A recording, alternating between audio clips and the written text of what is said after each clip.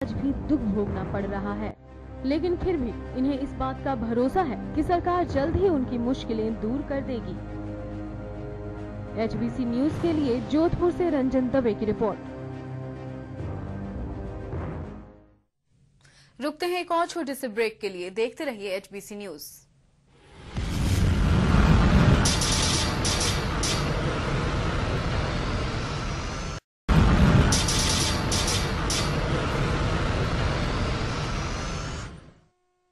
Break के बाद आपका स्वागत है। रणथंभौर नेशनल पार्क के विकास के लिए सरकार ने कई अच्छे कदम तो उठाए, लेकिन विकास के नाम पर विस्थापित किए गए ग्रामीण आज तक मूलभूत सुविधाओं के लिए तरस रहे हैं।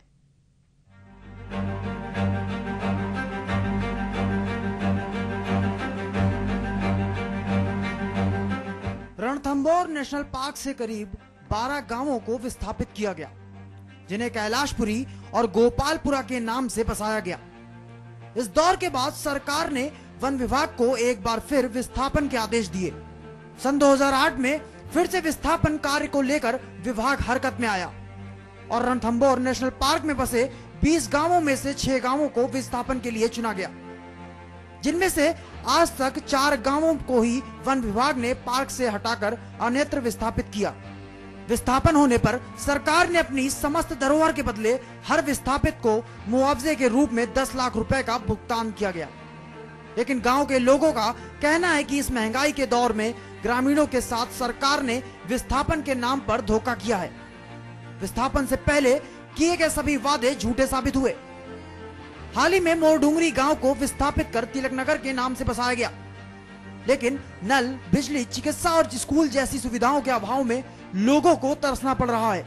विस्थापन के बाद प्रशासन ने भी इनके हालातों की जानकारी नहीं ली है। राष्ट्रीय उद्यान में विस्थापन का पहला दौर चला था वर्ष 1976 में, 1976। उस समय 12 गांव रणथंभौर राष्ट्रीय उद्यान से उनको विस्थापित किया गया था और उनको बाहर बसाया गया था।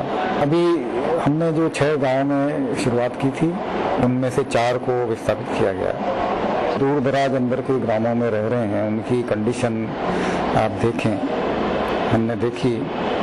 न वहाँ कोई मेडिकल सुविधा है, न कोई पढ़ाई लिखाई का साधन है, न कोई ट्रांसपोर्ट है, न कोई बिजली है, न पानी की व्यवस्था है। वो उस में ही अपना जीवन जीते जा रहे थे। अभी हमने आमली में ग्राम वासियों को बसाया है, वो जो मुख्य धारा है उससे जुड़े हैं। वहाँ स्कूल है, विद्युत व्यवस्था है, चिकित्सा सुविधा पास में है। हमारे ग्रामवासियों ने जिसने लेना चाहा 10 लाख का पैकेज लिया, और कुछ ग्रामवासियों ने हमारे गाँव वालों ने जमीन का चयन किया, जो आमली स्टेशन के पास में पुराना साहेबपुर नामक जो जमीन है, जगह वहां जाके उन्होंने चयन किया।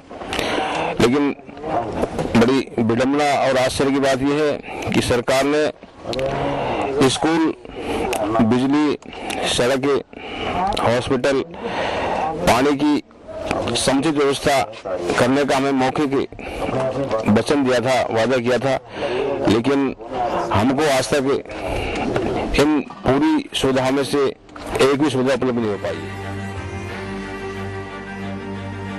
नहीं है, पानी की प्रॉब्लम और सब चीज की दुख है। स्कूल नहीं है, रोड नहीं है, समझे साहब, पूरा दुख है। हम तो सरकार ने ऐसी करी हमारे साथ में, जो पूछो मैं तो।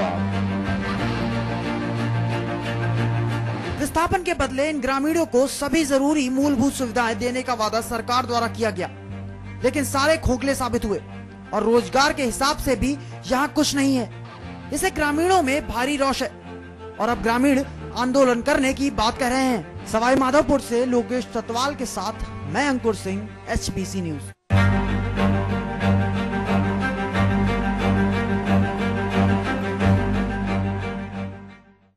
और इस पर हमें ज्यादा जानकारी देने के लिए हमारे संवाददाता लोकेश हमारे साथ जुड़े हैं।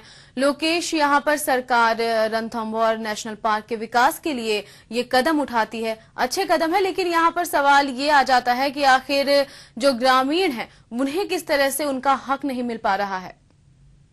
जी सुनीता, हम देखें तो कि वन विभाग व सरकार के आदेशों के द्वारा जो पालना की गई वो एक बहुत अच्छी मुहिम साबित हुई है, लेकिन जो व्यवस्थाओं के नाम, सुविधाओं के नाम पर जो ग्रामीणों को एक धोखाधड़ी नजर आ रही है। जी दूसरी तरफ बात करें वन विभाग के अधिकारियों से, तो उनका कहना है कि हमने इस तरह के कोई भी वादे जो ग्रामीण थे उनसे नहीं किए।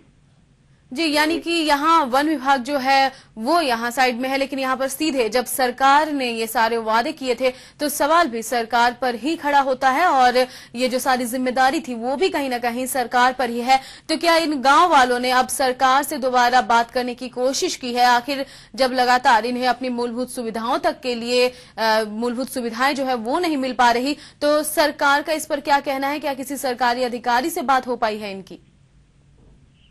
जिसमें सरकारी अधिकारी से अगर बात की जाए तो जैसे कि डीएफओ साहब से हमारी बात हुई तो उनका कहना है कि जो सरकार द्वारा जो 10 लाख रुपए का प्रति परिवार के हिसाब से जो पैकेज दिया गया था वो हमने इनको दे दिया गया। वह पुनः इसको विस्थापित के लिए अन्यत्र जहाँ विस्थापित किया गया गाँव जी, उनने अपना पैकेज देकर, इसके अलावा कोई भी वादा इस तरह का सरकार द्वारा नहीं किया गया था कि आपको किसी तरह की सुविधा, नल, बिजली, स्कूल या चिकित्सा सुविधाओं से मुहैया कराया जाएगा, केवल पैकेज के अलावा। जी सुनीता। जी बिल्कुल लोकेश, लेकिन यहाँ सवाल ये है कि चाहे वो शिक्षा की जिम्मेदारी हो या चिकित्सा की जिम्मेदारी हो, सीधे तौर पर सरकार की बनती है। तो यहाँ पर अगर चिकित्सा या शिक्षा की मूलभूत सुविधाएं नहीं है तो सीधी सी बात है यहाँ पर सरकार पर ही जिम्मेदारी बनती है। तो इस पर क्या आपने बात करने की कोशिश की किसी सरकारी अधिकारी से? सरकारी अधिकारी की बात करें सुनीता जी, तो इसमें ये कि सरकारी अधिकारी अपनी जो जिम्मेदारी से बिल्कुल एक नकारापन जवाब जो सामने आता है कि हमारी कोई जिम्मेदारी विस्थापन के दौरान हमने नहीं ली। और सरकार की देखें तो हम जिस तरह सरकार आए दिन एक से एक योजनाओं के तहत शिक्षा के माध्यम से या स्कूल या चिकित्सा के क्षेत्र में बात करें तो उन सभी सुविधाओं से ये ग्रामीण जो कि विस्थापित किए हैं बिल्कुल पिछड़े हुए हैं। जी बिल्कुल, फिलहाल बहुत बहुत धन्यवाद लोकेश आपका इस सारी जानकारी के लिए। तो हम यहाँ बात कर रहे हैं सरकार के उस कदम की जो रणथंभौर नेशनल पार्क के विकास के लिए उसने उठाए, लेकिन जो विस्थापित थे इस इलाके से, जो विस्थापित हैं, उनके पास अभी तक मूलभूत सुविधाएं नहीं है और सीधा सा सरकारी विभाग का एक लापरवाही भरा रवैया।